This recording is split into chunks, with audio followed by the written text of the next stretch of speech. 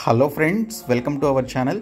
Friends, మనకి ఈరోజు తెలంగాణ జిల్లా కోర్టు జాబ్స్లో ఒకటైనటువంటి ఎగ్జామినర్ ఉద్యోగాలకి సంబంధించి ఈరోజు సిబిటి ఎగ్జామినేషన్ అయితే జరిగింది. ఈ ఎగ్జామినేషన్లో అడిగినటువంటి జీకే అండ్ ఇంగ్లీష్ లాంగ్వేజ్కి సంబంధించిన కొన్ని మెమరీ బేస్డ్ క్వశ్చన్స్ అయితే ఇప్పుడు చూద్దాము. సో ఇక్కడ చూసుకున్నట్లయితే ఫ్రెండ్స్, మేము దాదాపుగా 3.5 months నుంచి ఓన్లీ కోర్ట్ ఎగ్జామినేషన్స్కి సంబంధించినటువంటి వీడియోస్ మాత్రమే మా ఛానల్లో చేయడం జరిగింది. సో మీకు హెల్ప్ అవుతుంది, మీకు జాబ్ రావాలనేటువంటి ఉద్దేశంతో మేము మీతో పాటు పడినటువంటి కష్టానికి ఇక్కడ స్టూడెంట్స్ ఇచ్చినటువంటి ఫీడ్బ్యాక్ చూస్తే చాలా హ్యాపీగా అనిపించిందండి. సో ఇక్కడ చూసినట్లయితే కొంతమంది ఎగ్జామినేషన్ రాసినటువంటి వారు ఈ విధంగా రిప్లై ఇచ్చారు. ఇప్పుడే ఎగ్జామ్ రాసి వచ్చా సార్, మీ వీడియోస్ మాక్ టెస్ట్ చాలా హెల్ప్ అయినాయి, థ్యాంక్ యూ అని చెప్పేసి ఇక్కడ ఒక స్టూడెంట్ మనకి కామెంట్ అయితే చేశారు. అలాగే విఘ్నేష్ అనేటువంటి బ్రదర్కి నేను స్పెషల్గా థ్యాంక్స్ చెప్తున్నాను. ఎందుకంటే ఈరోజు అడిగినటువంటి క్వశ్చన్స్ అన్నిటికీ సంబంధించి చాలా వరకు తను గుర్తు చేసుకొని మెమరీ బేస్డ్ క్వశ్చన్స్ అన్నీ కూడా చెప్పడం జరిగింది. ఆ క్వశ్చన్స్ కూడా నేను మీకు చెప్తాను. సో తను చెప్పింది ఏంటంటే, thanks for everything up to now, every information చాలా యూజ్ అయింది. మీ ఛానల్ని ఫస్ట్ నుంచి యూజ్ చేసుకున్నటువంటి వాడికి పండగే అని చెప్పేసి ఇక్కడ తను ఈ విధంగా ఫీడ్బ్యాక్ ఇచ్చినప్పుడు చాలా హ్యాపీగా ఫీల్ అయ్యానండి నేను. అలాగే మరొక స్టూడెంట్ వాట్సాప్లో కూడా చెప్పడం జరిగింది. సో క్వశ్చన్స్ పర్టికులర్గా గుర్తులేవు కానీ ఎగ్జామ్ అయితే చాలా ఈజీగా వచ్చిందని చెప్పేసి సో ఈ స్టూడెంట్ విఘ్నేష్ బ్రదర్ కూడా చెప్పారు అండ్ మరొక స్టూడెంట్ కూడా చెప్పడం జరిగింది. సో అయితే మా కంటెంట్ ఏమైనా మీకు యూజ్ అయిందా అని చెప్పేసి ఎగ్జామ్ గురించి నేను అడిగాను. So yes, totally GK and passage questions and fill in the blanks నుంచి మీ కంటెంట్ నుంచి క్వశ్చన్స్ మాకు చాలా యూజ్ అయ్యాయి. సో వాటి నుంచి కొన్ని క్వశ్చన్స్ అయితే వచ్చాయని చెప్పేసి ఇక్కడ స్టూడెంట్స్ ఇచ్చినటువంటి ఫీడ్బ్యాక్ చూస్తే చాలా హ్యాపీగా ఫీల్ అవ్వడం జరిగిందండి. సో ఇప్పుడు చూసుకుంటే ఎగ్జామినేషన్ వీరందరూ చెప్పినటువంటి దాన్ని బట్టి చూస్తే ఎగ్జామినేషన్ అయితే ఈజీగా వచ్చిందండి. సో ఆ క్వశ్చన్స్ చూస్తే మీకు కూడా అర్థమవుతుంది. ప్రతి క్వశ్చన్ కూడా ఒక సింగిల్ లైన్లోనే ఇచ్చారని చెప్పేసి విఘ్నేష్ బ్రదర్ అయితే చెప్పారు. సో ఇప్పుడు ఆ క్వశ్చన్స్ ఏంటనేది చూద్దాము. నెక్స్ట్, ఎవరైతే ఎగ్జామినేషన్ రాయబోతున్నారో సో వారు ఖచ్చితంగా మేము ప్రొవైడ్ చేస్తున్నటువంటి పీడిఎఫ్ కోర్స్ కానీ లేదా మాక్ టెస్ట్ 25 మాక్ టెస్ట్లకి సంబంధించిన కోర్స్ కానీ, ఇంగ్లీష్ మెగా టెస్ట్ సిరీస్ 99 రూపీస్కి సంబంధించిన మెగా టెస్ట్ సిరీస్ కోర్స్ కానీ, లేదా 49 రూపీస్ కంప్యూటర్ ఆపరేటర్కి సంబంధించినటువంటి కోర్స్ కానీ ఖచ్చితంగా తీసుకోండి. సో మేము ప్రొవైడ్ చేస్తున్నటువంటి ఆ మెటీరియల్స్ నుంచి మీకు చాలా బిట్స్ అయితే వస్తున్నాయి.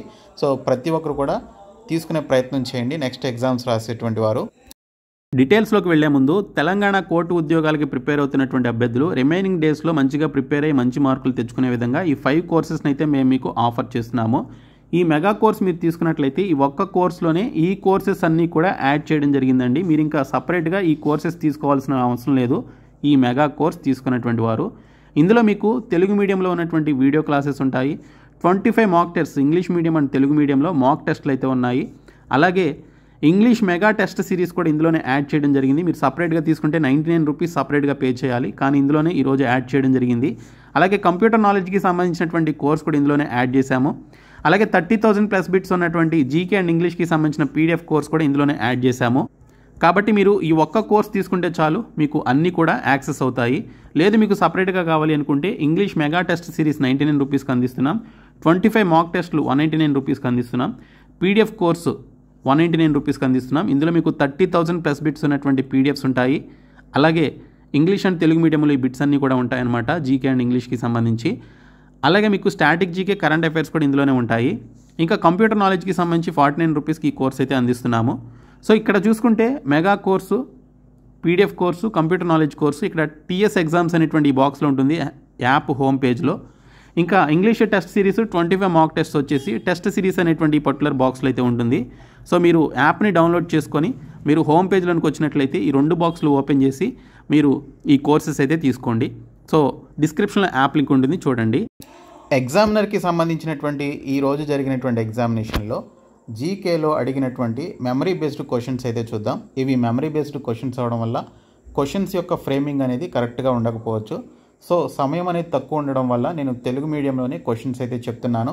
అండ్ ఈ పీడిఎఫ్ కూడా నేను ఈ పీడిఎఫ్ ఏదైతే ఉందో ఈరోజు అడిగినటువంటి క్వశ్చన్స్కి సంబంధించిన ఈ పీడిఎఫ్ మనం ఫస్ట్ నుంచి ప్రొవైడ్ చేసినటువంటి 199 రూపీస్ పీడిఎఫ్ కోర్స్ ఏదైతే ఉందో అందులో యాడ్ చేస్తాను. సో మీకు ఇది ఒక రెఫరెన్స్ లాగా యూజ్ అవుతుంది. ఏ టాపిక్స్ నుంచి క్వశ్చన్స్ వస్తున్నాయి, వేటిపైన మీరు ఫోకస్ చేయాలనేది మీకు తెలుస్తుంది. కాబట్టి ఈ పీడిఎఫ్ నేను ఖచ్చితంగా ఈ 199 రూపీస్ కోర్సులో యాడ్ చేస్తాను. సో ప్రతి ఒక్కరూ ఆల్రెడీ తీసుకున్నటువంటి వారు చూడండి, అండ్ తీసుకున్నటువంటి వారు ఉంటే ఆ కోర్సు ఇప్పుడైనా తీసుకొని మేము ప్రొవైడ్ చేస్తున్నటువంటి పీడిఎఫ్స్ అయితే మీరు చదువుకోండి. సో ఫస్ట్ క్వశ్చన్ వచ్చేసి, కాగ్ చైర్మన్ ఎవరి చేత నియమించబడతాడు? కాగ్ అంటే controller and audit general, appointed by whom అని చెప్పేసి అడిగారు. సో ఇక్కడ చూస్తే మనకి రాష్ట్రపతి ఈ చైర్మన్ని అండ్ కాగ్కి సంబంధించినటువంటి సభ్యులను నియమించడం జరుగుతుందండి. ఇంకా ఆర్బీఐ గవర్నర్ ఎవరు అని చెప్పేసి అడిగారు. సో ప్రస్తుత ఆర్బీఐ గవర్నర్ సంజయ్ మల్హోత్రా అండి. సో ఇది రీసెంట్గా జరిగినటువంటి అపాయింట్మెంట్స్కి సంబంధించి క్వశ్చన్స్ అయితే అడిగారు. విఘ్నేష్ బ్రదర్ చెప్పింది ఏంటంటే, ఓకే, మనకి ఏదైతే ఫీడ్బ్యాక్ ఏదైతే మనకి క్వశ్చన్స్కి సంబంధించి చెప్పారో, సో అతను చెప్పింది ఏంటంటే 2025కి సంబంధించినటువంటి who is who, okay, who is who అంటే ఏ డిపార్ట్మెంట్కి ఎవరిని అపాయింట్ చేశారనేటువంటి దానికి సంబంధించి నేను రీసెంట్ అపాయింట్మెంట్స్కి సంబంధించినటువంటి పీడిఎఫ్ కూడా 199 రూపీస్ పీడిఎఫ్ కోర్సులో యాడ్ చేశానండి. సో ఆ కోర్స్ తీసుకుంటే మీకు చాలా చాలా హెల్ప్ అవుతుంది. 2025లో అపాయింట్మెంట్స్కి సంబంధించినటువంటి క్వశ్చన్స్ అడిగారు, కానీ కరెంట్ అఫైర్స్ పెద్దగా రాలేదు సార్. సో కరెంట్ అఫైర్స్ కూడా 2025కి సంబంధించిన కరెంట్ అఫైర్స్ అడిగారు. 2024 కరెంట్ అఫైర్స్ కొంచెం తక్కువే అడిగారు. 2023 కరెంట్ అఫైర్స్ అయితే అసలు అడగలేదని చెప్పేసి చెప్పడం జరిగింది. కాబట్టి మీరు చూసుకుంటే 2024 అండ్ ఎక్కువగా 2025కి సంబంధించి కరెంట్ అఫైర్స్ అయితే చూసుకోండి. మేము 2025 కరెంట్ అఫైర్స్ ఫిబ్రవరి వరకు యాడ్ చేయడం జరిగింది. సో 2024 నుంచి 2025 ఫిబ్రవరి వరకు మేము యాడ్ చేసాం పీడిఎఫ్స్ మంత్లీ వైజ్గా. సో అవి చూసుకోండి. తర్వాత అత్యంత చిన్న గ్రహం ఏంటి అని చెప్పేసి అడిగారండి. ఆప్షన్స్లో బుధుడు, బృహస్పతి, నెప్ట్యూన్, శని అని చెప్పేసి ఇచ్చారు. సో బుధుడు అనేది రైట్ ఆన్సర్. తర్వాత సెజ్ ఫుల్ ఫామ్ ఏంటని చెప్పేసి అడిగారు. స్పెషల్ ఎకనామిక్ జోన్ అండి. సో మనకి ప్రతి రాష్ట్రంలో కూడా సెజ్లు అయితే ఉన్నాయి, స్పెషల్ ఎకనామిక్ జోన్స్. ఆ ఎకనామిక్ జోన్స్లోనే మనకి కంపెనీస్ అనేవి ఎస్టాబ్లిష్ చేస్తున్నారు. సో సెజ్ యొక్క ఫుల్ ఫామ్ వచ్చేసి స్పెషల్ ఎకనామిక్ జోన్. తర్వాత ప్రింటింగ్ ప్రెస్ను కనుగొన్నది ఎవరు? ఓకే, ప్రింటింగ్ ప్రెస్ని కనుగొన్నది జోహెన్స్ గుటెన్బర్గ్ అండి. జోహెన్స్ గుటెన్బర్గ్ అనేటువంటి ఆయన ఈ ప్రింటింగ్ ప్రెస్ని కనుగొన్నారు. ఇంక ఇండియాలో రెండవ అతిపెద్ద జలపాతం ఏమిటి అని చెప్పేసి అడిగారు. సో మొదటిది వచ్చేసి కుంచికల్ వాటర్ ఫాల్స్ అండి. రెండవది బారేహిపాని వాటర్ ఫాల్స్, ఇది మనకి ఒడిస్సాలో ఉంది. బారేహిపాని వాటర్ ఫాల్స్ అనేది ఒరిస్సాలో ఉంది. సో దీని యొక్క రైట్ ఆన్సర్ వచ్చేసి బారేహిపాని వాటర్ ఫాల్స్ అనమాట. తర్వాత అత్యధిక వర్షపాతం నమోదయ్యేటువంటి ప్రాంతం ఏంటని చెప్పేసి అడిగారు. చిరపుంజి, మాసిన్రామ్ అని చెప్పేసి ఆప్షన్స్లో ఇవ్వడం జరిగిందంట. అయితే మనకి రెండు కూడా ఎక్కువగా వర్షపాతం నమోదయ్యేవే, కానీ రీసెంట్గా చూస్తే మాసిన్రామ్లో ఎక్కువగా వర్షపాతం అయితే నమోదు కావడం జరిగింది. కాబట్టి ఇది ఆన్సర్ అనుకోవచ్చు. బట్ ఇది హైపోథెటికల్ క్వశ్చన్గా చెప్పొచ్చు, ఏది ఆన్సర్ చేయాలనేది తెలియదు అనమాట. ఈ రెండు కూడా ఎక్కువగా వర్షపాతాన్ని నమోదు చేసేటువంటి ప్రాంతాలే. తర్వాత ప్రపంచంలో అత్యంత విశాలమైనటువంటి నది ఏది? Okay, which is the widest river in the world అని చెప్పేసి క్వశ్చన్ అయితే అడిగారు. సో ఇది అమెజాన్ రివర్ అండి. ఓకే, సో ప్రపంచంలో అత్యంత వైల్డెస్ట్ రివర్ ఏంటని చెప్పేసి అడిగారు. వైల్డెస్ట్ కాదు, వైడెస్ట్. ఓకే, వైడెస్ట్ అంటే విశాలవంతమైనటువంటి రివర్ ఏంటని చెప్పేసి అడిగారంట. సో అమెజాన్ అనేది రైట్ ఆన్సర్.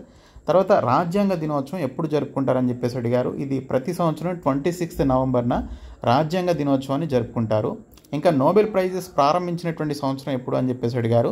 సో నోబెల్ ప్రైజెస్ని 1901 సంవత్సరంలో నోబెల్ ప్రైజెస్ని ఇవ్వడాన్ని ప్రారంభించడం జరిగింది. నెక్స్ట్ క్వశ్చన్, శౌర్య పురస్కారాల్లో అత్యున్నతమైనటువంటిది ఏది అని చెప్పేసి అడిగారు. ఇందులో మనకి ఆప్షన్స్ శౌర్య చక్ర, అశోక చక్ర, పరమవీర చక్ర, మహావీర చక్ర అని చెప్పేసి ఆప్షన్స్ ఇచ్చారు. ఇందులో మనకి పరమవీర చక్ర అనేది దీనికి సంబంధించినటువంటి రైట్ ఆన్సర్ అండి. సో మనకి ఇండియాలో అత్యున్నతమైనటువంటి పురస్కారం వచ్చేసి భారతరత్న అయితే, అత్యున్నతమైనటువంటి సివిలియన్ అవార్డు ఓకే భారతరత్న అయితే, ఇక్కడ మనకి శౌర్య పురస్కారాల్లో అత్యున్నతమైనది పరమవీర చక్ర అండి. ఓకే, తర్వాత సతీ సహగమనం ఎండ్ అయినటువంటి సంవత్సరం, దాన్ని అబాలిష్ చేసినటువంటి సంవత్సరం ఎప్పుడంటే 1829 సంవత్సరంలో దీన్ని అబాలిష్ చేశారనమాట, సతీ సహగమనాన్ని. ఓకే, విలియం బెంటిక్ దీనికి సంబంధించి చట్టం తీసుకురావడం జరిగింది. ఈ సతీ సహగమనాన్ని రద్దు చేయాలని చెప్పేసి, అబాలిష్ చేయాలని రాజా రామ్మోహన్ రాయ్ చాలా కృషి అయితే చేశారు. తర్వాత కాలుష్య రహితమైనటువంటి వాయువు ఏమిటి? ఓకే, అంటే కాలుష్యం తక్కువగా ఉన్నటువంటిది. ఓకే, కాలుష్యం తక్కువగా ఉన్నటువంటి వాయువు ఏంటంటే ఇచ్చినటువంటి ఆప్షన్స్లో పెట్రోల్, డీజిల్, ఎల్పిజి, సిఎన్జిలో సిఎన్జి అనేది తక్కువ కాలుష్యాన్ని కలిగి ఉంటుందన్నమాట. తర్వాత గాలి ఎందులో ప్రయాణించగలదు? ఓకే, గాలి ఎందులో ప్రయాణించగలదని చెప్పేసి ఈ విధంగా ఆప్షన్స్ అయితే ఇచ్చారు. సో మనకి క్వశ్చన్ అయితే క్లారిటీ లేదండి, బట్ దీనిపైన ఒక క్వశ్చన్ అయితే వచ్చింది, లిక్విడ్స్, సాలిడ్స్, ఎయిర్, అలాగే మరొక ఆప్షన్ సాలిడ్ లిక్విడ్ ఎయిర్ అని చెప్పేసి ఇవ్వడం జరిగిందంట. సో క్వశ్చన్ అయితే క్లారిటీ లేదు. తర్వాత ఖరీఫ్ పంటలకి సంబంధించి ఉదాహరణలు ఏంటి అని చెప్పేసి అడిగారు. ఖరీఫ్ పంటలు చాలా ఉంటాయి. వరి, మొక్కజొన్న, జొన్న, సజ్జలు, పత్తి, సోయాబీన్, వేరుశెనగ, అలాగే తుర్, పెసలు, ఉరద్, జనపనార, అలాగే చెరకు, పసుపు, మిరప, కాకర, గ్వార్, అలాగే మనకి ఇక్కడ ఓక్రా, వంకాయ, రాగి, ఇవన్నీ కూడా మనకి ఇక్కడ చూసుకున్నట్లయితే ఖరీఫ్ పంటలకి సంబంధించినటువంటి పంటల యొక్క రకాలన్నమాట. సో ఖరీఫ్ అనేది మనకి జూన్ సీజన్ నుంచి నవంబర్ సీజన్ వరకు ఉంటుంది. జూన్ జూలైలో స్టార్ట్ అయ్యి అక్టోబర్ నవంబర్కి ఎండ్ కావడం జరుగుతుంది ఖరీఫ్ సీజన్ అనేది. సో నెక్స్ట్ క్వశ్చన్, ఇండియాలో ఉప్పునీటి సరస్సు ఏది అని చెప్పేసి అడిగారు. సో అతిపెద్ద సరస్సు వచ్చేసి రాజస్థాన్లో ఉన్నటువంటి సాంబార్ లేక్ అండి. సో సాంబార్ సరస్సు అంటారు. తర్వాత చిలికా లేక్ ఒరిస్సాలో ఉంది. తర్వాత పులికాట్ సరస్సు, ఈ విధంగా సీక్వెన్స్లో అయితే ఉంటాయి. అతిపెద్ద సరస్సు అయితే సాంబార్ సరస్సు. తర్వాత భారతదేశంలో పేదరికం మరియు బ్రిటిష్ పాలన అనేటువంటి పుస్తకాన్ని ఎవరు రాశారు? Okay, who wrote the book poverty and an British rule in India? So నేను ఇది మీకు బుక్స్ అండ్ ఆథర్స్కి సంబంధించి స్టాటిక్ జీకేలో బుక్స్ అండ్ ఆథర్స్కి సంబంధించి నేను ఏదైతే వీడియో చేశానో ఆ పర్టికులర్ టాపిక్ నుంచి మీకు క్వశ్చన్ అయితే రావడం జరిగింది. దాదాబాయి నౌరోజీ అండి. Okay, Dadabhai Naoroji right answer. తర్వాత బ్రిటిష్ వారు ఏ సంవత్సరంలో రాజధానిని కోల్కతా నుండి ఢిల్లీకి మార్చారు అని చెప్పేసి అడిగారు. సో 1911 డిసెంబర్ 12న ఓకే ఈ యొక్క రాజధానిని కోల్కతా నుండి ఢిల్లీకి బ్రిటిష్ వారు రాజధానిని మార్చడం జరిగింది. నెక్స్ట్ క్వశ్చన్, ఉప్పు సత్యాగ్రహంలో మహిళలను చేర్చుకోమని గాంధీకి ఎవరు చెప్పారు? ఓకే, ఉప్పు సత్యాగ్రహం చేస్తున్నప్పుడు మహిళలను కూడా ఈ యొక్క సత్యాగ్రహంలో జాయిన్ చేసుకోండి అని చెప్పేసి గాంధీజీకి ఎవరు సలహా ఇచ్చారు అంటే కమలాదేవి చట్టోపాధ్యాయ అనేటువంటి వ్యక్తి సలహా ఇవ్వడం జరిగింది. తర్వాత నేషనల్ ఎన్విరాన్మెంట్ డే ఎప్పుడు జరుపుకుంటారు అంటే జూన్ 5న జరుపుకుంటారండి. నేషనల్ ఎన్విరాన్మెంట్ డే జూన్ 5న జరుపుకుంటారు. తర్వాత పసుపు విప్లవం దేనికి సంబంధించినది? ఓకే, పసుపు విప్లవం అనేది దేనికి సంబంధించింది అంటే ఇక్కడ ఆయిల్ సీడ్ ప్రొడక్షన్కి సంబంధించింది. అంటే yellow revolution is related to అని చెప్పేసి అడిగారు. Which is related to oil seed production అనమాట. So green revolution, yellow revolution, brown revolution, okay, black revolution, ఈ విధంగా ఉన్నాయి కదా. ఆ రెవల్యూషన్స్ అన్నీ కూడా చదువుకొని వెళ్ళండి. తర్వాత జాతీయ మానవ హక్కుల కమిషన్ చైర్మన్ ఎవరు అంటే జస్టిస్ వి రామసుబ్రమణియన్ అండి. జస్టిస్ వి రామసుబ్రమణియన్ జాతీయ మానవ హక్కుల కమిషన్. Okay, so national human rights commission chairman justice V Ramasubramanian దానికి చైర్మన్గా ఉన్నారు. ఇంకా భారతదేశం యొక్క ఫ్రూట్ బౌల్ ఆఫ్ ఇండియా అని ఏ రాష్ట్రాన్ని పిలుస్తారు అని చెప్పేసి అడిగారు. హిమాచల్ ప్రదేశ్ని ఫ్రూట్ బౌల్ ఆఫ్ ఇండియా అని చెప్పేసి పిలుస్తారు. ఇంకా ఇండియాలో అత్యంత కాలుష్యం ఉన్నటువంటి నది ఏది అంటే యమునా నది అండి. సో దీనితో పాటు బ్రాకెట్స్లో అంటే మనకి ఆప్షన్స్లో హిమాలయన్ రివర్స్ అని చెప్పేసి కూడా ఇచ్చారు. సో హిమాలయన్ రివర్స్ అని చెప్పేసి కూడా మీరు ఆన్సర్ చేయొచ్చు. యమునా నది అనేది లేకపోతే హిమాలయన్ రివర్స్ అని చెప్పేసి మీరు ఆన్సర్ చేయొచ్చు. ఓకే, మనం గూగుల్లో చూస్తే యమునా నది అని చెప్పేసి ఉంది. సర్దార్ సరోవర్ డ్యామ్ ఏ నది పైన నిర్మించారు? నేను డ్యామ్స్కి సంబంధించి కంప్లీట్ వీడియోని చేశానండి 3 పార్ట్స్గా. అందులో చెప్పాను నేను సర్దార్ సరోవర్ డ్యామ్ అనేది నర్మదా నది గుజరాత్లో ఉంది అని చెప్పేసి ఇక్కడ మెన్షన్ చేయడం జరిగింది. సర్దార్ సరోవర్ డ్యామ్ని నర్మదా నది పైన నిర్మించారు. ఇది గుజరాత్లో ఉన్నటువంటి నది అనమాట. తర్వాత ఏ దేశంలో పులులు సింహాలు 2 ఉన్నాయి అంటే మనకి ఇక్కడ చూసుకుంటే ఇండియాలోనే ఉన్నాయి. సో పులులు సింహాలు 2 ఉన్నటువంటి ఏకైక దేశం ఇండియా అండి. తర్వాత ఐసీసీ ఛాంపియన్స్ ట్రోఫీ ఫైనల్ ఎవరి మధ్య జరిగింది? ఇండియా అండ్ న్యూజిలాండ్ మధ్య జరిగింది. ఇండియా ఈ యొక్క ఐసీసీ ఛాంపియన్స్ ట్రోఫీ 2025ని గెలుచుకున్నటువంటి దేశం.